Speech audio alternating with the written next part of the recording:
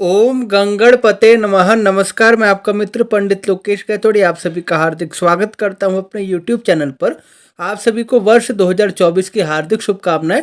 वर्ष 2024 आप सबके लिए मंगलमय हो। आज हम इस वीडियो के माध्यम से धनु राशि के विषय में चर्चा करेंगे कि धनु राशि वालों के लिए वर्ष 2024 कैसा रहेगा। अगर आप नौकरी करते हैं, व्यापार करते हैं, तो आपके लिए वर्ष 2024 कैसा रहेगा। जो छात्र हैं धनु राशि के, उनके लिए वर्ष 2024 कैसा रहेगा और आपकी हेल्थ कैसी रहेगी। पहले आप बहुत परेशान चल रहे थे, अगर अब आपका कितनी इंप्रूवमेंट होगी, स्वास्थ्य आपका कैसा रहेगा, पारिवारिक दृष्टिकोण से साल आपके लिए कैसा रहेगा, आपके हाथ में कितना पैसा टिकेगा, फाइनेंशियल पोजीशन आपकी कैसी रहेगी, बैंक बैलेंस कितना होगा। इन सब बातों को हम जानेंगे। साथ ही साथ जानेंगे आपके उपाय के बारे में कि वर्ष को और अधिक शुभ बनाने के लिए, अपनी विपत्तियों को नष्ट करने के लिए आप क्या क्या उपाय कर सकते हैं। इसलिए अंत तक आप हमारे साथ बने रहिए। और यदि आपने हमारे चैनल को सब्सक्राइब नहीं किया है तो प्लीज़ आप सब्सक्राइब करके बेल आइकन प्रेस कर दीजिए, ताकि आने वाली सभी वीडियो की नोटिफिकेशन सबसे पहले आपको प्राप्त हो सके। अन्य राशि के राशिफल भी आप हमारे चैनल पर सुन सकते हैं, वो अपलोड किए जा चुके हैं। चलिए वीडियो आरंभ करते हैं। धनु राशि के लिए वर्ष 2024 उम्मीद की एक नई किरण लेकर आ रहा है और आपको ये नया कार्य शुरू कर सकते हैं।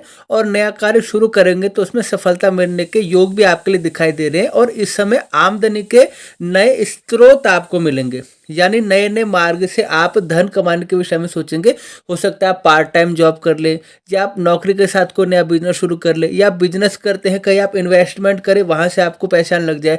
तो एक से अधिक मार्गों से धन मिलने के लिए आपके लिए संकेत दिखाई दे रहे हैं। और कोई नया कार्य इस समय शुरू करते हैं तो आपके लिए सफलता मिलेगी। लेकिन अप्रैल के बाद समय थोड़ा सा प्रभावित होगा, क्योंकि गुरु की जो स्थिति होगी तो आपके व्यापार में उतार चढ़ाव का योग बना हुआ है। इसलिए अप्रैल के बाद आपको मेरी यही सलाह है कि ज़्यादा रिस्की इन्वेस्टमेंट आप ना करें, या ज़्यादा हाई मार्जिन के चक्कर में अपने कस्टमर को आप ना खोएं।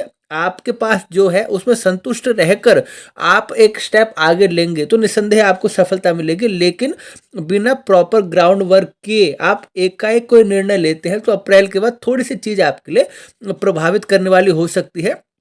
शनिदेव का जो प्रभाव है, आपका आत्मविश्वास बढ़ेगा, आप अपनी मेहनत पर भरोसा करेंगे। आप खुद ही देखेंगे कि पहले आपकी जो कार्य क्षमता थी और अब आपकी जो कार्य क्षमता है उसमें कितना अंतर आ चुका है, कितनी उसमें प्रगति हो चुकी है। और आप अपने आप पर जो आत्मविश्वास रखेंगे वही आपके लिए सफलता की कुंजी बनकर आएगा। और जो लोग नौकरी बदलने के बारे में सोच रहे हैं वो जॉब स्विच कर सकते हैं। बिजनेस में भी आप नए आइडिया ला सकते हैं या उसमें कुछ नया कर सकते हैं। हो सकता है आप जो पहले से चल रहा है उसको लगभग बहुत हद तक चेंज करके नए सिरे से कुछ काम करें। तो इन सब चीज़ों के लिए समय आपके लिए बेहतर है। हम अप्रैल के बाद, जैसे मैंने कहा, थोड़ी सी आप सावधानी बरतेंगे। मई के बाद चीज़ें थोड़ी सी आपके कंट्रोल में फिर से आनी शुरू हो जाएंगी। यानी कुल मिला के आप नया कार्य करें, जो भी करें थोड़ा सा सोच विचार के करें और अच्छे प्रकार मेहनत करके करें। और पारिवारिक दृष्टिकोण से देखें तो वर्ष आपके लिए मिला जुला रहेगा, क्योंकि आप भी अपने कार्य में व्यस्त रहेंगे तो आप अपनों को ज़्यादा समय नहीं दे पाएंगे। हालांकि आपके अपने आपसे शिकायत नहीं करेंगे इस बात की, लेकिन फिर भी आप व्यस्त होने के कारण अपनों को समय नहीं दे पाएंगे। जो नव दंपत्ति है, यानी जिनकी अभी भी शादी हुई है और जो चाहते हैं उनके घर संतान का आगमन हो, तो वर्ष उनके लिए अनुकूल है, उनके लिए सही है। और संतान के लिए आपका वर्ष सही है। और अप्रैल से पहले आपकी शादी के ज़्यादा अच्छे योग बन रहे हैं। अप्रैल के बाद भी योग है, लेकिन उसमें थोड़ा सा आपको प्रयास अधिक बढ़ाने पड़ेंगे। अप्रैल से पहले आपके लिए योग ज़्यादा सही है। और क्या कहते हैं, इस समय पारिवारिक माहौल राहु के कारण थोड़ा सा, मैं कहूँगा कि डिस्टरबेंस का इस समय बना हुआ है। इसलिए आपको संतुलन बना के चलना होगा। किसी पर गुस्सा करने के बजाय अगर आप उसकी स्थिति को समझे कि उसकी क्या पोजीशन है, और अगर आप सही हैं तो अपनी बात को भी एक बेटर वे में अगर आप कम्युनिकेट करते हैं तो राहु का प्रभाव यहाँ पे थोड़ा सा कम हो जाएगा। अन्यथा घर में कलह कलेश बढ़ने की संभावना बढ़ती है अगर आप दोनों ही एक ही बात पे आपस में बहस करें। और इस समय अगर आपके जो संतान है विवाह योग्य है तो उनके विवाह संपन्न होने के भी योग दिखाई दे रहे हैं। और आपके बच्चों का जो रुझान है उनकी शिक्षा की तरफ बढ़ेगा। और इस समय वो अपनी शिक्षा पूर्ण करने के विषय में कार्य करेंगे। अप्रैल के बाद थोड़ा सा उनका स्वास्थ्य भी प्रभावित हो सकता है, तो आप उनके स्वास्थ्य की भी देख रेख करें। तो कुल मिला के पारिवारिक माहौल में यही है कि एक तो आप अपनों को समय दें, एक जितना समय दें उसमें क्वालिटी आप बढ़ाएँ। यानी अपनी और अपनों की जो बातचीत है, उनकी जो भी समस्या है वो आप समझें और उसको सुलझाने की कोशिश करें। वर्ष में ओवरऑल मैं कहूँगा कि कुछ परेशानी है हालाँकि, लेकिन फिर भी ओवरऑल वर्ष आपके लिए ठीक रहेगा। मैं कहूँगा 70 टू 80% आपके पक्ष में ही रहेगा। और शारीरिक रूप से देखें तो आप संतुष्ट रहेंगे, स्वस्थ रहेंगे, कोई बड़ी बीमारी आपको नहीं होगी।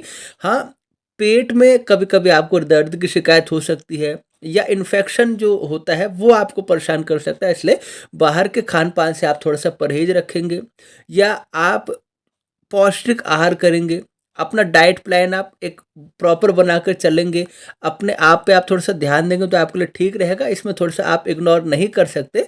और अप्रैल के बाद जब गुरु का गोचर प्रभावित होगा तो उस समय आपके हेल्थ भी प्रभावित होने के संकेत दिखाई दे रहे हैं अप्रैल के बाद, क्योंकि जो गुरु का गोचर है आपके लिए इतने ज़्यादा अनुकूल नहीं होगा। तो कुल मिला के आपको अपने खाने-पीने पर ध्यान देना है। अगर उस पे आपने ध्यान दिया तो पूरे साल आप कोई ऐसी चीज़ नहीं है कि आप बीमार पड़ेंगे या आपको कोई अफेक्टेड होगा इस चीज़ से। बाकी आर्थिक स्थिति की बात करें तो वर्ष आपके लिए अच्छा है और गुरु के प्रभाव से धन आपके हाथ में आएगा और निरंतर आता रहेगा, अलग-अलग सोर्स से आता रहेगा। आपने जिससे उम्मीद नहीं की थी या जिसके बारे में आपने सोचा नहीं था, वहाँ से भी पैसा आपके पास आएगा। और इस साल खर्चे आपके बड़े हैं तो आपका बजट बिगड़ सकता है। तो खर्चे आप कोशिश करें, या तो इन्वेस्टमेंट हो सोच विचार करके, या कोई घर में मांगलिक कार्य हो, आप ऐसे खर्च ना करें जिसको हम कहें कि गलत मार्ग पे पैसा जा रहा है, उसमें आप कंट्रोल करने की कोशिश करें। और इस साल पैसा तो खूब आएगा लेकिन बचत थोड़ी सी कम दिखाई दे रही है। और इस साल किसी का पैसा उधार ना दें। अगर आप उधार देंगे तो वापसी आने की उम्मीद उसकी कम है, इसलिए पैसा देते हैं तो अपने रिस्क पर ही आप किसी को पैसा दें और अपने बजट को बनाकर चले, खर्चों को मैनेज करके चले, क्योंकि पैसा तो खूब आएगा लेकिन वो कितना आपके हाथ में टिक पाएगा, ये आपकी कार्य कुशलता के ऊपर निर्भर करता है।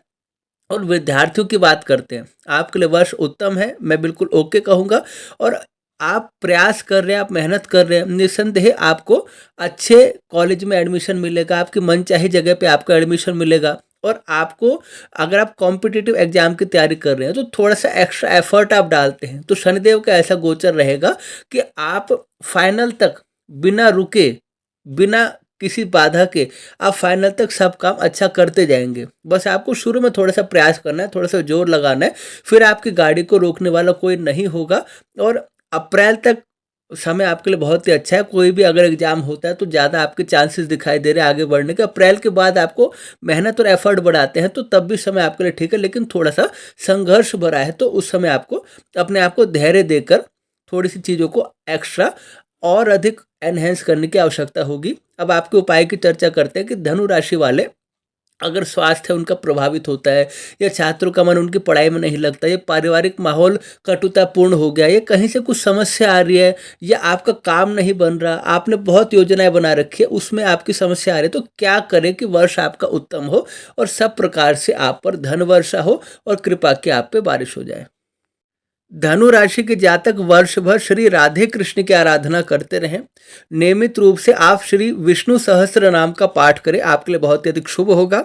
वर्ष में जब भी संभव हो गंगा जी में स्नान करने अवश्य जाएं। गंगा स्नान से आपके मनोरथ पूर्ण होंगे और मंदिरों में दर्शन करने जाएं। माघ मास, वैशाख मास और कार्तिक मास में जो पूर्णिमा आती है, पूरा प्रयत्न करें कि अपने पुरोहित से आप घर में कथा पूजन कराएं।